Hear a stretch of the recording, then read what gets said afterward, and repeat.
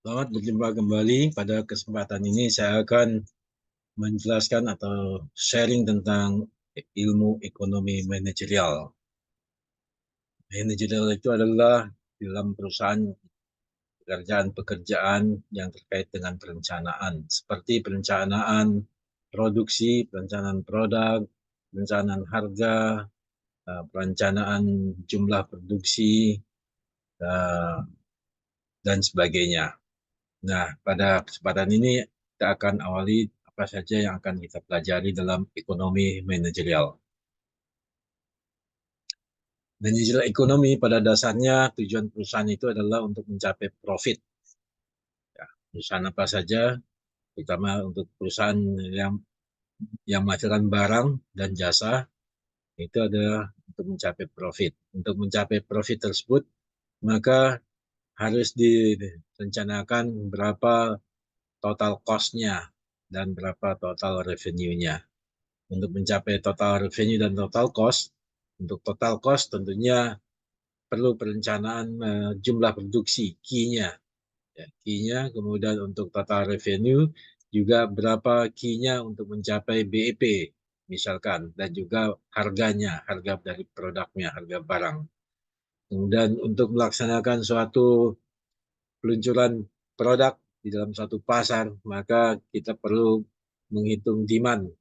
Demand itu adalah permintaan pasar dan elastisitas. Elastisitas itu adalah seberapa besar pengaruh daripada kenaikan harga terhadap penjualan. Nah, oleh karena itu, untuk bisa memahami itu semua, maka kita harus mempelajari ditunjang oleh ilmu makroekonomi dan mikroekonomi. Makroekonomi adalah yang berkaitan dengan kegiatan pasar yang sangat luas, dengan mikroekonomi adalah kegiatan-kegiatan atau manajerial yang terkait dengan perusahaan. Nah, untuk bisa kita memahami tentang ekonomi, maka perlu model-model yaitu model matematik dan model statistik, yang dimana ujung-ujungnya daripada model tersebut adalah bagaimana kita untuk pengambilan keputusan, melakukan optimasi pengambilan keputusan. Manajerial ekonomi adalah aplikasi dari teori-teori ekonomi dan alat-alat analisis dalam teori-teori pengambilan keputusan dengan tujuan bagaimana organisasi dan perusahaan mencapai tujuan yang lebih efisien. Jadi tujuan dari manajer ekonomi adalah supaya perusahaan itu efisien dalam menjalankan perusahaannya. Salah satu tujuan perusahaan adalah memaksimalkan profit. Tadi sudah disampaikan, dengan demikian maka manajer ekonomi adalah aplikasi teori ekonomi dan teori pengambilan keputusan untuk memaksimumkan profit. Manajer ekonomi dapat diaplikasikan pada perusahaan yang menghasilkan barang atau jasa. Organisasi non-profit seperti rumah sakit, perguruan tinggi, dan perusahaan pemerintah.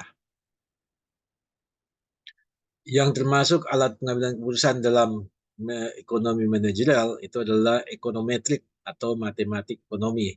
Gunanya adalah untuk membentuk model pengambilan keputusan dalam mengoptimalkan keputusan. Kemudian yang kedua adalah penggunaan alat-alat statistik, antara lain adalah regresi, multiple regresi. Model ini digunakan untuk forecasting atau perakiraan atau prediksi. Prediksi jumlah produksi dan besar harga. Teori ekonomi mikro adalah teori ekonomi yang berhubungan dengan usaha-usaha perusahaan untuk memaksimumkan profit, demand atau permintaan, supply atau penawaran, harga, banyaknya barang yang akan diproduksi, titik impas atau BEP, break even point. Itu adalah yang terkait dengan ekonomi mikro. Jadi hal-hal yang terkait dalam perusahaan. Sedangkan ekonomi makro itu adalah yang terkait dengan luar perusahaan, yaitu membahas mengenai lingkungan di luar perusahaan seperti macam-macamnya pasar, penentuan harga, jumlah produksi pada masing-masing pasar, inflasi, nilai uang, dan keadaan ekonomi pada umumnya.